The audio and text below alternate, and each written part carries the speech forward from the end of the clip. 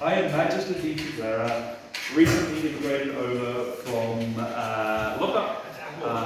My title has nothing to do with the ANS that I am doing today. I am an enthusiastic beginner when it comes to ANS.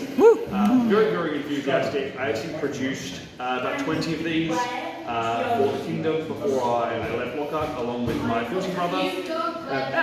So a little bit of background on it. This device is the symbol for the Lockup Guild of Defence, or the Royal Guild of Defence, which is our fencing guild. It's based historically on the London Guild of Defence, or Guild Masters of Defence.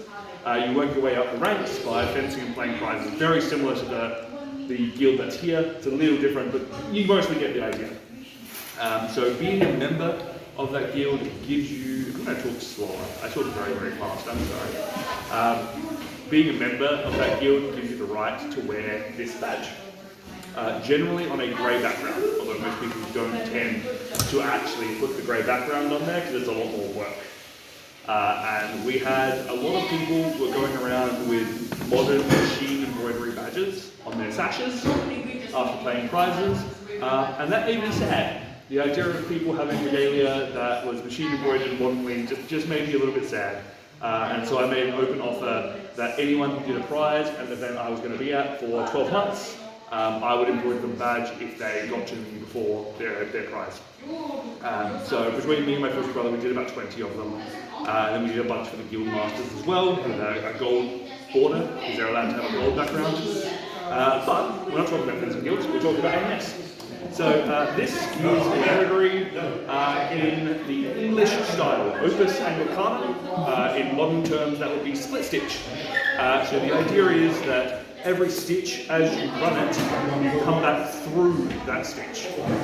This strengthens it, makes it a very useful stitch for a garment that's going to be on the warfield or on the battlefield, or tourney field rather. If it gets caught by rapier tips and such, it doesn't tend to tear, and when you lose a stitch eventually, as you will, the entire thing doesn't unravel immediately. So yeah, that's my little contribution. If anyone would like to have a look or have a feel, they're welcome to. And if anyone has any questions. How's it done? Okay, so actually I have stuff here. We can give you a little quick demo. So on this same, I'm going to come over here and address you because you're the one recording. So I have this little half done piece here anyway. So we take our needle, you can do an embroidery thread on there and kind of not tie it off, but I tie it off because I'm a beginner and I have giant fingers and I lose my threads a lot. So we're using embroidery floss, which comes in a thread of 6. So we split that off. I'm using 2 threads here. And we bring our stitch up wherever we would like it to be. We pull our needle up through till it runs tight. I'm going to drop my needle back down, a couple of mil forward, pull it through, and then importantly, the thing that makes it split stitch, opus Anglicanum. This is much easier if we keep it tensioned in a hoop, but I'm going to pull that needle up, back through the middle of my stitch. Okay. I'm going to pull that up and give it a bit of a wiggle. I don't want to yank on it, because that's going to change my tension. And then I'm just going to drop that back down, a couple of mil across again, and we're going to continue that. If you know chain stitch at all, it's quite closely related. You end up with a very similar finished stitch. However, chain stitch is done very differently. Chain stitch also has a bad habit of tearing out the entire thread line if you split it at all.